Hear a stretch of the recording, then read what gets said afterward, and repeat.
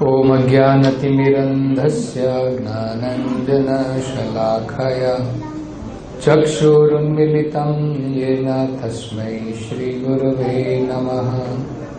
नमो ओम विष्णुपादाय कृष्णप्रेष्ठाय भूतले श्रीमते भक्तिवेदांत स्वामिनिति नामिने। नमस्ते सरस्वती देवे गौरवाणी प्रचारिणे निर्विशेष शून्यवादी भाषादेशतारिणे। जय श्री कृष्ण चैतन्य प्रभु नित्यानंद श्री अद्वैत गदाधर श्रीवासदि गौर भक्तवृंद। हरे कृष्ण कृष्ण कृष्ण हरे हरे, हरे राम राम राम हरे हरे। हरे कृष्ण कृष्ण कृष्ण हरे हरे, हरे राम राम राम हरे हरे।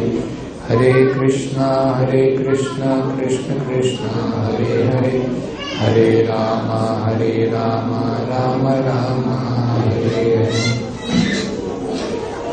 हरे कृष्ण।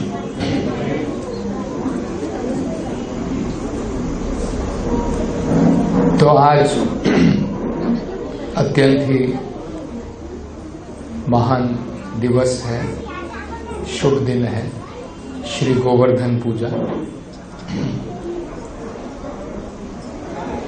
व्रज धाम में जो गोवर्धन पर्वत है, जिसको भगवान ने स्वयं अपने हाथों से उठाया। रूप Goswami nectar of instruction Upadeshamrita में एक बहुत सुंदर वर्णन करते हैं। मथुरा धाम वैकुंठपुरी धाम से अत्यंत महान है। हम लोग सब सोचते हैं मुझे वैकुंठ जाना है हमें, लेकिन वेदों में बताया है वैकुंठ धाम से भी श्रेष्ठ धाम मथुरा धाम है। क्यों? क्योंकि वहां पर स्वयं भगवान कृष्ण ने जन्म लिया। लेकिन आगे रूप गोस्वामी कहते हैं मथुरा धाम से भी श्रेष्ठ गिरि गोवर्धन है, क्योंकि इस गिरि गोवर्धन को भगवान ने स्वयं अपने हाथों से उठाया। अपने व्रज के भक्तों की रक्षा करने के लिए भगवान ने स्वयं अपने हाथों से गोवर्धन पर्वत को उठाया। इसलिए गोवर्धन पर्वत मथुरा से भी महान है। चैतन्य महाप्रभु, क्योंकि हम लोग कई बार प्रश्न पूछ सकते हैं, ठीक है भगवान कृष्ण की पूजा तो हम करते हैं, लेकिन एक गोवर्धन पहाड़ की पूजा क्यों है? कई बार हम लोग सोचते हैं। जैसे एक बार हिंदी में एक नास्तिक कवि थे, वो लिखते हैं पत्थर पूजे हरि मिले तो मैं पूजू पहाड़। अगर पत्थर को पूजने से हरि मिलता है तो मैं पहाड़ की पूजा करूंगा, क्योंकि पहाड़ तो बहुत बड़ा पत्थर है। तो हम लोग भी सोचेंगे कि भाई ठीक है, हम भगवान कृष्ण की उपासना करते हैं, भगवान की पूजा करते हैं, लेकिन ये पहाड़ की पूजा क्यों? गोवर्धन पूजा मतलब जो है, गोवर्धन जो गिरि गोवर्धन है, पर्वत है, उसकी पूजा का क्या फायदा है? चैतन्य महाप्रभु बताते हैं आराध्य व्रजेश तनया, जिस प्रकार से व्रज के तनु कुमार भगवान कृष्ण आराध्य हैं, पूजनीय हैं, तद धाम वृंदावनम। ठीक उसी प्रकार से आराध्य पूजनीय भगवान से जुड़े हुए उनके धाम हैं, गोवर्धन धाम, वृंदावन धाम, ब्रज धाम। भगवान और भगवान से जुड़े हुए किसी भी पदार्थ में कोई अंतर नहीं है। भगवान में, भगवान की लीलाओं में, भगवान में, भगवान के धाम वृंदावन, गोवर्धन, उसमें कोई अंतर नहीं है। तो जिस प्रकार से भगवान पूजनीय है, भगवान के धाम भी पूजनीय है। भगवान भागवत में स्वयं कहते हैं, शैल्यो अस्मि। ये जो गोवर्धन पर्वत हम देख रहे हैं, भगवान कहते हैं वो मैं हूं स्वयं। तो इस लीला के बारे में हम थोड़ी चर्चा करेंगे। भगवान व्रजवासियों को समझाते हैं कि गोवर्धन पर्वत में और मेरे में कोई अंतर नहीं है। इंद्र की पूजा के बदले में भगवान ने व्रजवासियों से कहा, इंद्र की उपासना करने का कोई फायदा नहीं है। भगवान के भक्तों को देवताओं की पूजा करने की कोई आवश्यकता ही नहीं है। ये लीला इसलिए भगवान ने जो है व्रजधाम में रचाई। भगवान चाहते थे कि जब मैं स्वयं व्रजधाम में पर्सनली, निजी रूप से जब भगवान वहां पर प्रेजेंट हैं, भगवान चाहते थे कृष्ण की एक्सक्लूसिव, मतलब जैसे भगवान भगवत गीता में कहते हैं, माम एकम शरणम व्रजा, सर्वधर्मान परित्यज्य, सभी धर्मों को छोड़ करके मेरी शरण एकमात्र में आ जाओ। तो भगवान इस प्रकार की एकांतिक भक्ति सिखाना चाहते थे इस गोवर्धन लीला के द्वारा। तो दो बड़े महत्वपूर्ण चीजें भगवान समझाना चाहते थे गोवर्धन लीला के द्वारा। एक, गोवर्धन पर्वत में और भगवान में कोई अंतर नहीं है। दूसरा, भक्तों को देवताओं की उपासना की आवश्यकता नहीं है। अगर वो भगवान की भक्ति में लगे हैं तो उन्हें देवताओं की उपासना की आवश्यकता नहीं है।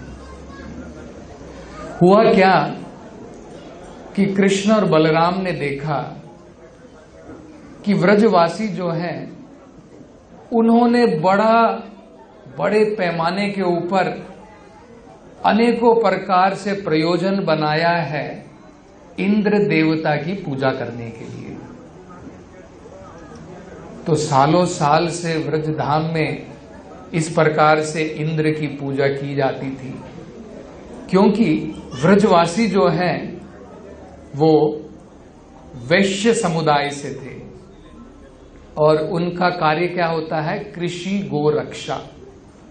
और कृषि करने के लिए और गाय के लिए पानी बहुत महत्वपूर्ण है। और पानी के देवता कौन है, बारिश करने वाले कौन है, इंद्र देवता है।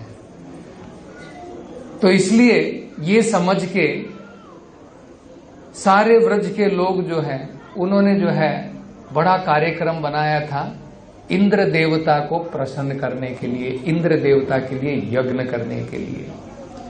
अनेकों प्रकार की खाद्य सामग्री, अनेकों प्रकार के पूजनीय सामान सब जो है वहां पर उपस्थित थे।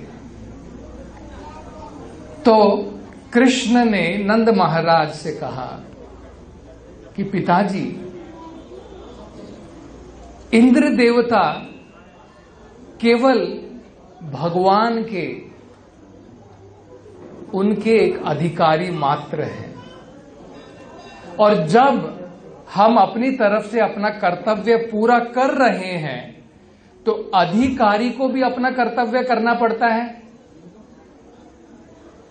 जैसे मान लीजिए उदाहरण के तौर पर हम लोग सब हुबली धारवाड़ में रहते हैं। अगर आप गवर्नमेंट में आपका टैक्स भर रहे हैं, म्युनिसिपल कॉरपोरेशन का टैक्स भर रहे हैं, तो आपको जो म्युनिसिपल कॉरपोरेशन के अधिकारी हैं उनका भी कर्तव्य बनता है आपको फैसिलिटी देने का। करेक्ट है कि नहीं? आप टैक्स भर रहे हैं, आपको पानी मिलना चाहिए, आपको बिजली मिलनी चाहिए, आपको जो है उन्हें रिश्वत देने की कोई जरूरत नहीं है। लेकिन आजकल क्या करें, देना पड़ता है ऐसा समय आ गया है।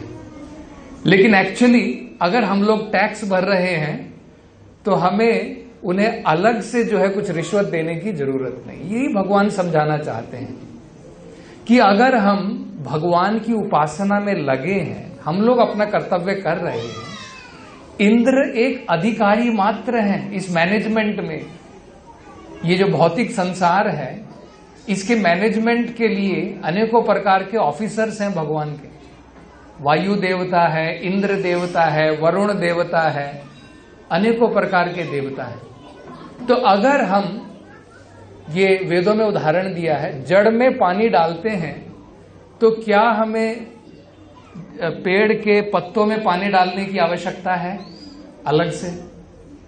क्या हमें उसकी शाखाओं में पानी डालने की आवश्यकता है? नहीं है। ठीक इसी प्रकार भगवान जड़ है और सारे देवता भगवान की शाखा है। तो अगर हम जड़ में पानी डाल रहे हैं, भगवान की उपासना में लगे हैं, तो अलग से देवी देवताओं की पूजा करने की, उपासना करने की कोई जरूरत, आवश्यकता नहीं है। ये भगवान जो है इस लीला के द्वारा समझाना चाहते थे। तो नंद बाबा और बाकी सब गोपागण मान गए। कृष्ण ने जब उनसे निवेदन किया कि तुम जितनी भी तुमने सामग्री बनाई है, ये सब एक काम करो, इसको फेंकने की जरूरत नहीं है, इसी सामग्री के द्वारा हम गोवर्धन की पूजा करेंगे। इसी सामग्री के द्वारा हम गोवर्धन की पूजा करेंगे। भागवत में बताया है गोवर्धन की पूजा के लिए क्या क्या अरेंजमेंट की गई। मैं जस्ट थोड़ा सा उसमें से पढ़ता हूं। प्रभुपाद जी जो है कृष्ण किताब में उसके बारे में बताते हैं। Prepare very nice food of all description from grain and ghee collected for the यज्ञ। भगवान कृष्ण नंद महाराज को कहते हैं और जितने भी वहां पे गोपागण हैं उनको कहते हैं कि तुमने यज्ञ करने के लिए जो भी सामग्री तुम लेकर के आए हो, जितने भी धन धान्य हैं, अनाज हैं, उन सब से एक बहुत सुंदर भोग बनाओ। इसलिए आज हम लोग यहां पर देख रहे हैं अन्नकूट का भोग यहां पर है। गोवर्धन की पूजा कैसे की जाती है हम लोग देख सकते हैं। भगवान ने स्वयं बताया, जितने भी हमारी तरफ से हो सकता है धन धान्य के द्वारा हम जो है भगवान को भोग लगा सकते हैं। तो यही भगवान ने कहा। क्या क्या कहा उसमें भी प्रभुपाद जो उसके बारे में बताते हैं। राइस, अन्न, दाल, हलवा, पकोड़ा, पूरी, अनेकों प्रकार के दूध से बने हुए व्यंजन, जैसे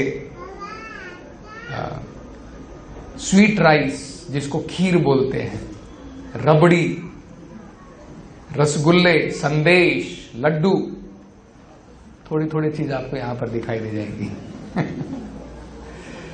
बाद में वो कहते हैं सभी ब्राह्मण को बुलाओ और ये ब्राह्मण जो है वैदिक मंत्रों का जप करेंगे। बाद में सभी गायें जितनी भी हैं उन सबको सुंदर तरीके से सजाओ। आज आपको ज्ञान होगा, आज गोवर्धन पूजा भी है और गो पूजा भी है। सवेरे हमारी गौशाला में गाय की पूजा हम लोगों ने जो है आयोजित की थी। दोनों मानी जाती है, गोवर्धन पूजा और गो पूजा। तो ये हम लोग देख सकते हैं गोवर्धन पूजा हमने प्रारंभ नहीं करी है, ये स्वयं भगवान ने प्रारंभ करी है। गो पूजा स्वयं भगवान ने जो है प्रारंभ की है। बाद में भगवान कहते हैं इस प्रकार से गोवर्धन को भोग चढ़ा करके सभी लोगों में महाप्रसाद वितरण करो। तो अभी भगवान का भोग चढ़ेगा गोवर्धन का, और बाद में अन्नकूट में से आप सबको महाप्रसाद दिया जाएगा। इस प्रकार से गोवर्धन की पूजा है। आगे वो कहते हैं जो सैक्रिफाइस, जो यज्ञ है, वो तुरंत प्रारंभ करो। तो इसके बाद में यज्ञ प्रारंभ हुआ और गोवर्धन को भोग लगा। तब भगवान ने जो है स्वयं गोवर्धन का रूप धरा और वहां पर जो है सभी लोगों के सामने कहा कि मैं ही गोवर्धन हूं, मेरे में और गोवर्धन में कोई अंतर नहीं है। तो इसके बाद में सभी व्रजवासियों ने इन गायें, जितनी भी उनकी गायें थी, उन सब के साथ में गोवर्धन की परिक्रमा की। तो गोवर्धन की परिक्रमा भी प्रारंभ भगवान ने ही। गोवर्धन पूजा, गो पूजा और गोवर्धन की परिक्रमा आज भी लोग गोवर्धन में जाकर के, व्रज धाम में गोवर्धन में जाकर के गोवर्धन की परिक्रमा करते हैं। ये सब जो है भगवान ने प्रारंभ की। तो जब इस प्रकार से चल रहा था तो इंद्र जो है वो बड़े गर्वित हो गए, वो बड़े क्रोधित हो गए। उन्होंने देखा कि इतने साल से ये व्रज के लोग मेरी पूजा करते थे, आज इस छोटे से बालक के कहने पर इन्होंने जो है मेरी पूजा का त्याग करके गोवर्धन की पूजा कर रहे हैं। तो ये देख करके जो है इंद्र बड़ा क्रोधित हो गया। तो प्रभुपाद जी बताते हैं कई बार क्या होता है, भक्त लोगों के पास में जब पावर आ जाती है तो कई बार वो गर्वित हो जाते हैं, भूल जाते हैं कि पावर का सोर्स भगवान है। भक्तों को कभी भी गर्व नहीं करना चाहिए, ये हमेशा हमको समझ में आनी चाहिए। भगवान अपने दोनों भक्तों की रक्षा करना चाहते थे। देखिए, एक तो इंद्र के गर्व के द्वारा जो इंद्र कुकर्म करने वाले थे उससे सारे व्रजवासियों की रक्षा करते हैं, और इंद्र के मान को तोड़कर, उनके गर्व को तोड़कर भगवान इंद्र की भी रक्षा करना चाहते हैं। दोनों के लिए ही भला था। ये भगवान की जो लीला है ये दोनों भक्तों के लिए अत्यंत महत्वपूर्ण है। तो कई बार प्रभुपाद जी बताते हैं कि ये देवता गण जो हैं भूल जाते हैं कि मैं अगर इस पोजीशन में हूं, इस स्थान पर हूं, तो किसकी वजह से हूं? भगवान की कृपा की वजह से। तो इंद्र भी उसी प्रकार से सोचने लगे, मैं इंडिपेंडेंट हूं, मेरे ऊपर और कोई नहीं है, मेरी ही पूजा होनी चाहिए। तो ऐसा सोच करके जो है इंद्र ने क्या किया, अगर इंद्र चाहते तो ऑर्डिनरी बादल जो होते हैं, जो बारिश होती है, उससे ज्यादा प्रॉब्लम नहीं होती है, हम लोग छाता ले लेते हैं, है ना। हुबली धारवाड़ में कई बार, इस बार बहुत अच्छी बारिश हुई है, तो जब बारिश होती है तो हम लोग क्या करते हैं, छतरी लेकर के काम कर लेते हैं। तो छोटी मोटी बारिश में कोई प्रॉब्लम नहीं है, वर्षा में कोई प्रॉब्लम नहीं है। इंद्र ने क्या किया, इंद्र ने उन बादलों को बुलाया जिन बादलों के द्वारा इस भौतिक संसार का प्रलय होता है। प्रलय के समय में क्या होता है, बहुत घनघोर बारिश होती है, पूरा ब्रह्मांड, जितने ये ब्रह्मांड है सब पानी से भर जाते हैं, तब घोर प्रलय हो जाती है, कोई जीवन इसमें नहीं रह जाता है। उस प्रकार के बादल जिनको संवर्तक बादल कहा जाता है, इंद्र ने उन बादलों को बुलाया। एक दिन दो दिन नहीं, लगातार 7 दिन तक व्रजवासियों को सजा देने के लिए घनघोर बारिश वहां पर उसने करवाई। लेकिन भगवान जो है तुरंत उन्होंने जो है अपनी छोटी उंगली के द्वारा गोवर्धन पर्वत को उठा लिया और सारे व्रजवासियों को कहा कि तुम चिंता मत करो, इंद्र जो है गर्वित होकर के क्रोधित क्यों ना हो जाए, लेकिन मैं न मे भक्त प्रणश्यति, मेरा भक्त जो है उसका कभी विनाश नहीं होगा। परित्रणाय साधुनाम विनाशाय च दुष्कृता। भगवान भगवत गीता में कहते हैं ना, साधुओं की रक्षा के लिए मैं हमेशा आता हूं। तो भगवान ने जो है तुरंत गोवर्धन पर्वत को अपने हाथ पर उठा लिया और सारे व्रजवासी जो है छतरी की तरह भगवान ने जो है गोवर्धन पर्वत को उठाया। भागवत में बताया है कि जिस प्रकार से छोटा बच्चा मशरूम का पेड़ उखाड़ लेता है, बाकी पेड़ भारी होते हैं, मशरूम का पेड़ आपने देखा होगा, उसको हिंदी में कुकुरमुत्ता बोलते हैं, छोटा सा पेड़ होता है, छतरी जैसा होता है, बच्चा भी उसको उठा लेता है। ठीक उसी प्रकार से भगवान कृष्ण ने जो है गोवर्धन पर्वत अपने हाथ पर उठाया। तो गोवर्धन पर्वत जब उठाया तो क्योंकि ये भगवान की योग माया है, जितने भी व्रजवासी हैं उनको ये ध्यान नहीं है कि ये भगवान है कृष्ण। जैसे इंद्र भी सोच रहे हैं ये तो ऑर्डिनरी बालक है, लेकिन इंद्र गर्व के द्वारा ऐसा सोच रहे हैं, व्रजवासी भगवान की योग माया के द्वारा सोच रहे हैं। क्योंकि भगवान चाहते थे कि जो उनका संबंध व्रजवासियों के साथ में है उसमें कोई विघ्न नहीं आनी चाहिए। मान लीजिए अगर आपका मित्र जो है बहुत बड़ा आदमी है और आपको हमेशा याद रहता है मेरा मित्र बहुत बड़ा आदमी है, तब आप सही प्रकार से उसके साथ मेल मिलाप नहीं कर पाएंगे। आपको हमेशा लगेगा अरे भाई मैं तो छोटा आदमी हूं, ये तो बड़ा आदमी है। नहीं, जब दोस्ती होती है तो कोई छोटा बड़ा नहीं होता है। ठीक इसी प्रकार भगवान जो है अपने संबंध बनाने के लिए भक्तों के साथ में उनको भुला देते हैं कि मैं भगवान हूं। यशोदा माई नहीं सोच रही है कि कृष्ण भगवान है, यशोदा माई सोच रहे नहीं ये तो मेरा बेटा है। जैसे हम लोग अपने बच्चे को पनिशमेंट देते हैं, सजा देते हैं, डंडी लेकर के उनके पीछे भागते हैं, यशोदा माई भी परम ब्रह्मा कृष्णा उनके पीछे लेकर के जो है छड़ी लेकर के भाग रही है। तो जब भगवान ने गोवर्धन पर्वत उठाया भगवान की योग माया के द्वारा, सभी लोग सोचने लगे अरे ये छोटे बच्चे ने पर्वत उठा लिया, जरा इनकी हेल्प करनी चाहिए। तो नंद बाबा ने भी जो है अपनी छड़ी लगाई कि मैं भी थोड़ा गोवर्धन पर्वत को उठा लूं। और 7 दिन लगातार बिना भूख के बिना प्यास के भगवान की कृपा के द्वारा न इन व्रजवासियों को भूख लगी न प्यास लगी।